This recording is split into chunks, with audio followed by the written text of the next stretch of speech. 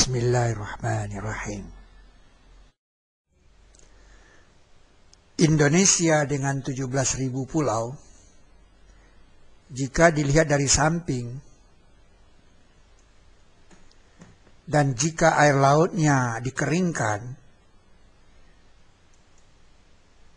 maka ia adalah 17.000 bukit atau gunung.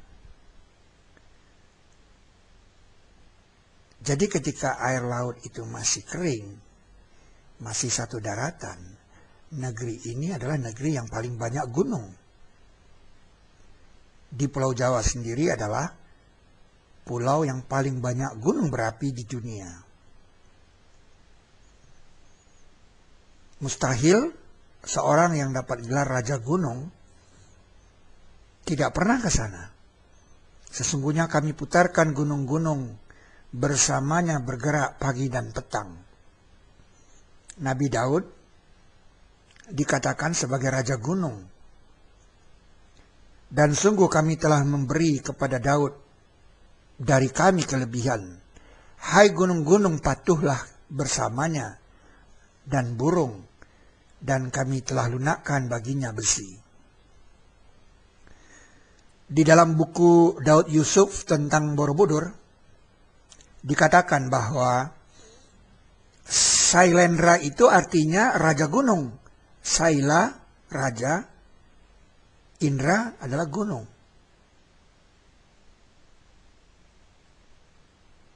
Sebab itu dikatakan kepada umat Islam, sabarlah atas apa yang mereka katakan. Dan ingatlah hamba kami Daud, yang mempunyai kekuatan tangan. Sesungguhnya dia orang yang patuh. Di dalam surat Shad pada Al-Quran dikatakan bahwa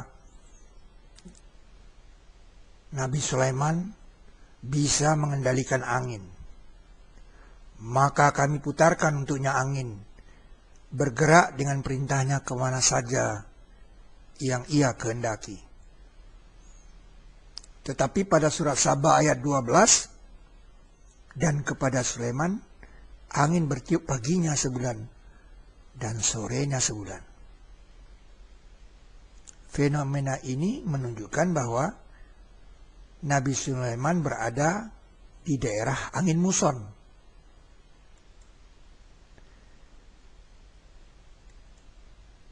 Angin muson itu bisa terjadi kalau dia berada di antara dua benua yang besar.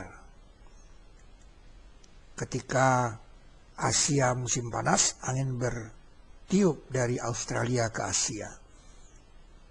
Dan ketika Australia itu panas, angin bertiup dari Asia ke Australia. Fenomena ini menunjukkan bahwa ayat itu memberitahukan bahwa Sulaiman berada di Indonesia. Dan kepada Sulaiman angin bertiup paginya sebulan dan sorenya sebulan.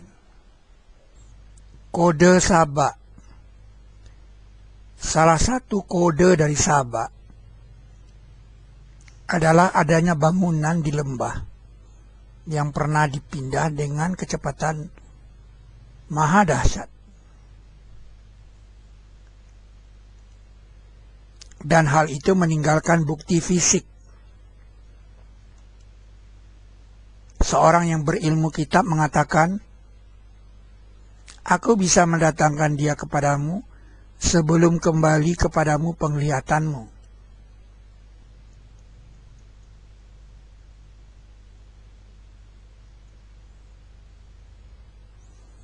Bukti fisik itu kita temukan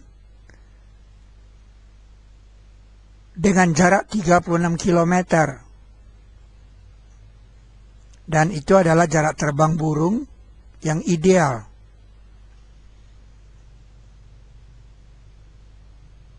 Kemudian burung itu melepaskan surat Nabi Sulaiman.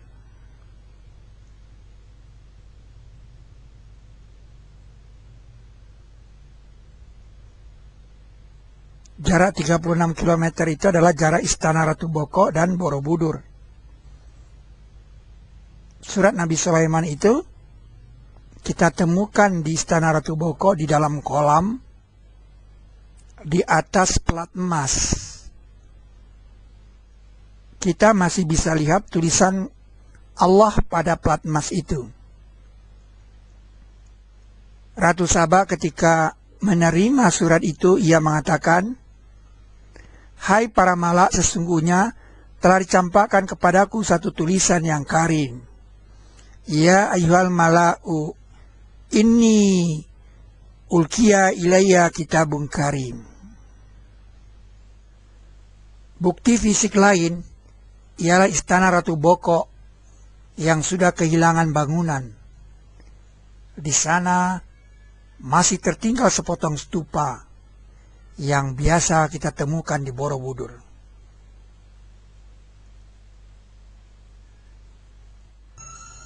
Berkata yang di sisinya ada ilmu dari kitab,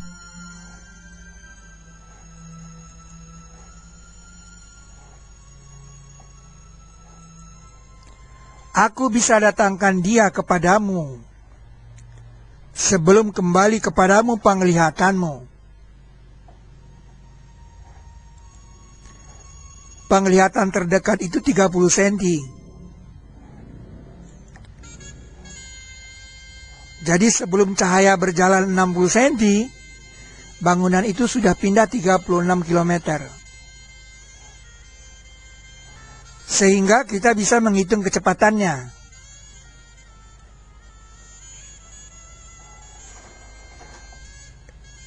Kecepatannya 60.000 kali kecepatan cahaya.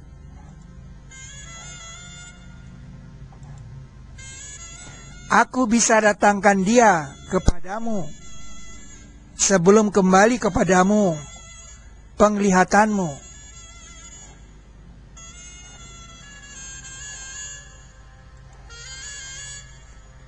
Kalau kita cari pakai E sama dengan MC kuadrat, berarti 60.000 C dikuadratkan.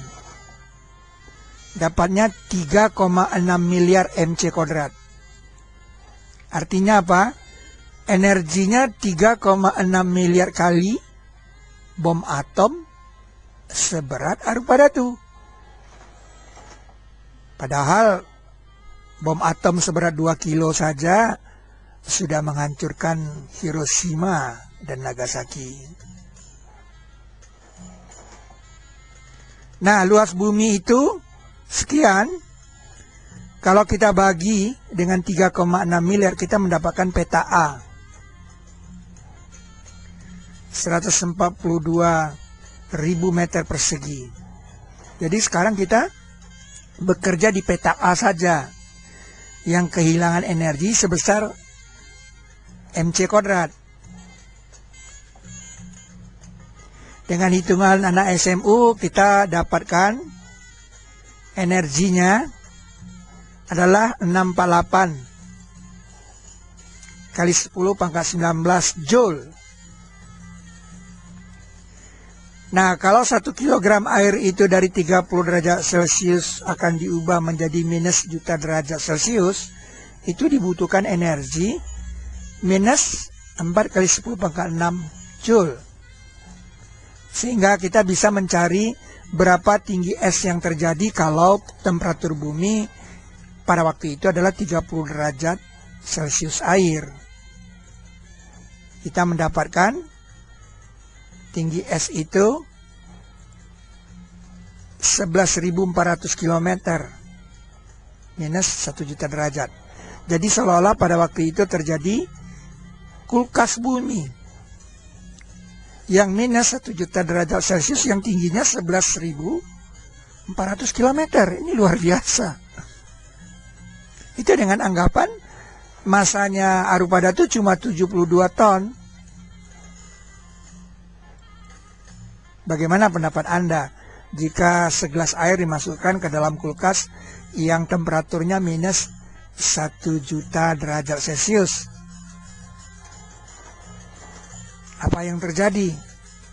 Ya, seketika air itu beku termasuk Anda yang berada di depan kulkas itu. Seketika. Nah, apa yang terjadi dengan bumi ketika bumi memasuki kulkasnya yang minus 1 juta derajat itu? Jawabnya adalah bumi seketika membeku. Apakah ada buktinya? Itu pertanyaannya.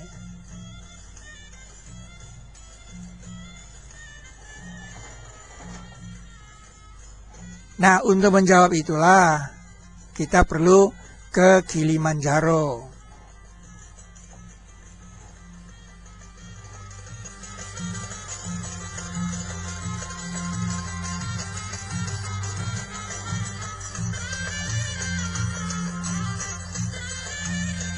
Di Afrika, gunung ini ditutupi es abadi. Gunung ini terkenal karena ketika pemanasan global, esnya sudah mulai menghilang. Nah, kita bisa lihat fosil di sini terbekukan ketika tempat ini mendadak menjadi dingin. Nah, ini saksi pertama bahwa bumi kita pernah terdinginkan secara mendadak. Nah, yang kedua adalah di Austria, yaitu pegunungan Alpen.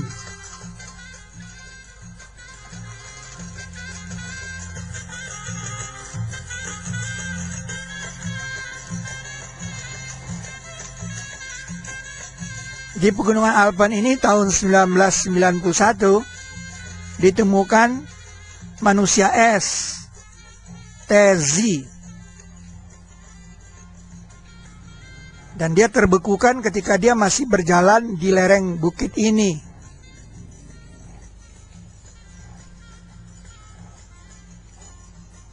Jadi tiba-tiba bumi kita mendingin dan dia terjatuh dan terbekukan. Umurnya sama dengan yang di Kilimanjaro. Jadi di Kilimanjaro di Afrika dan di Alpen di Austria, Eropa.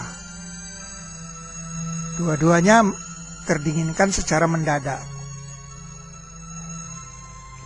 Kemudian kita ke Amerika Selatan, ke Peru. Di Kulkaya Ice Cap terbesar di dunia. Ice cap terbesar di daerah tropik di dunia. Nah, karena pemanasan global, esnya sudah ternganga. Nah, di sini ada bukti bahwa bumi kita memang terdinginkan secara cepat dari fosil tumbuh-tumbuhan ini. Fosil tumbuh-tumbuhan ini tidak bisa ditangkap kecuali dengan kecepatan yang tinggi. Paling lama dia 1 malam. Karena tumbuh-tumbuhan ini daunnya masih segar. Kalau 1 bulan kita bisa lihat dia layu, dia gugur. Ini bukti bahwa bumi kita pernah mendadak menjadi dingin dan terbekukan. Sampai sekarang para ahli tidak bisa menjawab dengan teori iklim yang manapun, belum bisa dijawab dengan cara bagaimana bumi kita terdinginkan secara mendadak. Siapa yang mencuri energi sebesar itu? Jawabnya adalah mereka harus datang ke Indonesia. Mereka harus datang ke Istana Ratu Boko.